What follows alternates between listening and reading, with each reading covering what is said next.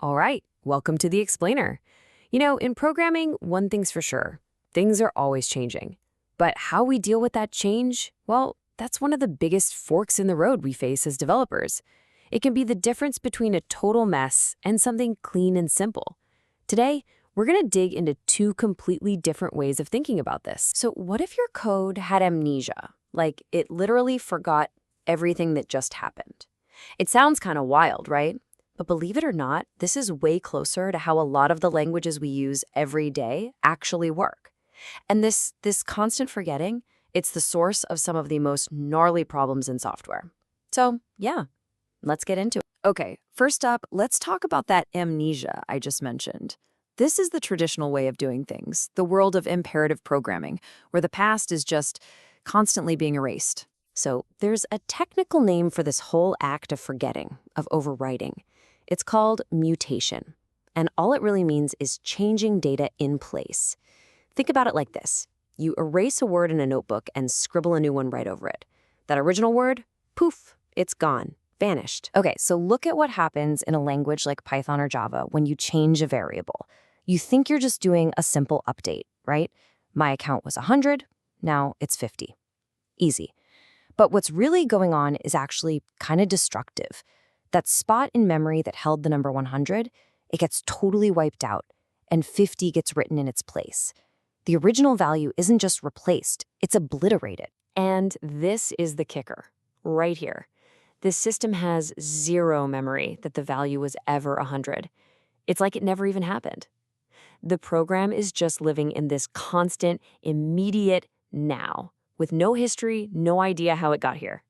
That's the amnesia we're talking about. Now, where does this amnesia really bite us? It becomes a total nightmare when you've got multiple things happening at the same time, what we call concurrency.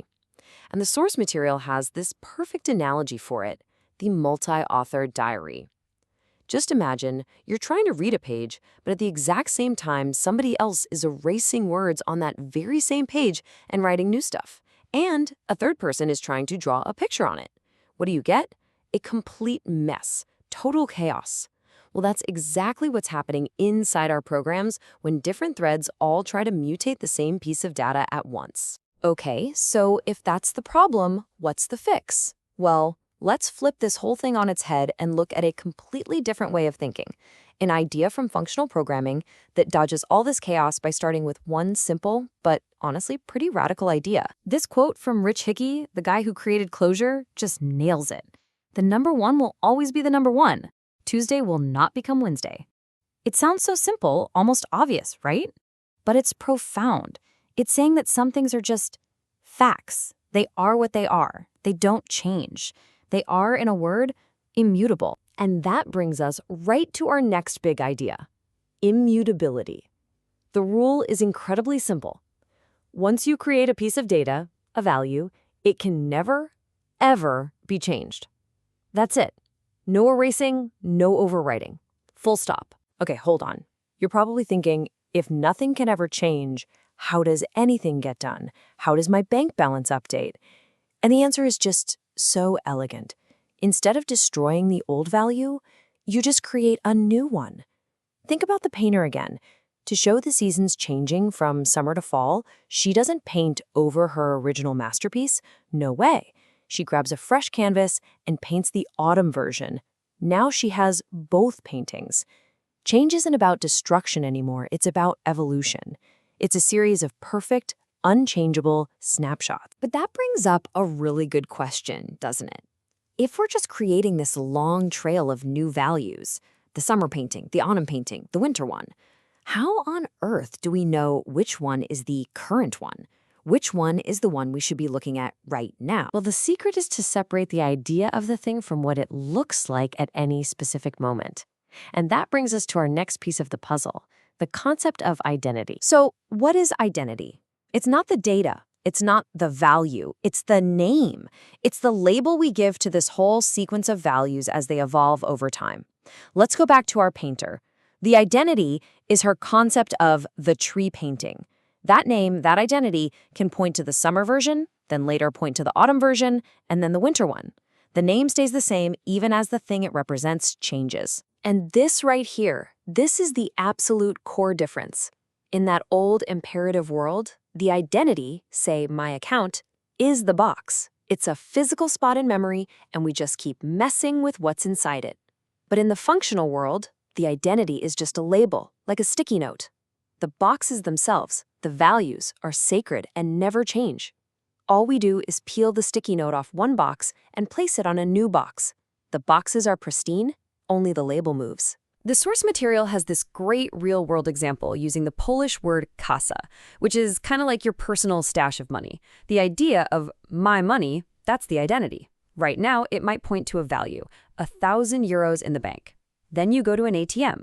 Afterwards, your identity, my money, points to a brand new value, 950 in the bank and 50 in your wallet. See? The concept of my money is the same, but it's now pointing to a totally new state of affairs. And this is the important part, that old state, the 1,000 in the bank, it wasn't destroyed. It's just part of your financial history now. Okay, so how does this elegant idea, separating the name from the thing, actually solve our multi-author diary problem? How does this bring order to all that chaos we talked about? It's simple, really. The identity becomes the traffic cop. It's the coordinator. Instead of that free-for-all where everyone is trying to scribble on the same page at once, all changes have to go through the identity. It's like having to go to the diary's owner and say, "Excuse me, could you please add this new entry for me?" It guarantees that everything happens one at a time in a safe and orderly fashion. And here's the big payoff. This is why this all matters so much. When you separate what something is from its value right now, everything changes. That concurrency chaos, it just evaporates. And because you never destroy the past, you suddenly have this incredible power. You can literally rewind time in your system to see how you got here. Debugging becomes a dream. You get a perfect audit trail for free. The bottom line is you end up with code that's just so much easier to understand, to test, and maybe most importantly, to actually trust. So what does this look like in practice? It's a huge drop in complexity. In the old, messy world, trying to prevent chaos meant juggling all these manual locks. It's like having a super complicated, easy-to-mess-up sign-out sheet for that shared diary. It's just asking for trouble. But with this functional approach, with these managed identities, the system handles most of that for you. It just makes your life as a developer so much simpler. So let's just boil it all down. The two worlds look like this. Imperative programming gives you one box and you're constantly messing with what's inside, risking chaos every time. Functional programming gives you a whole series of perfect, unchangeable boxes and a simple label that you can safely move from one to the next.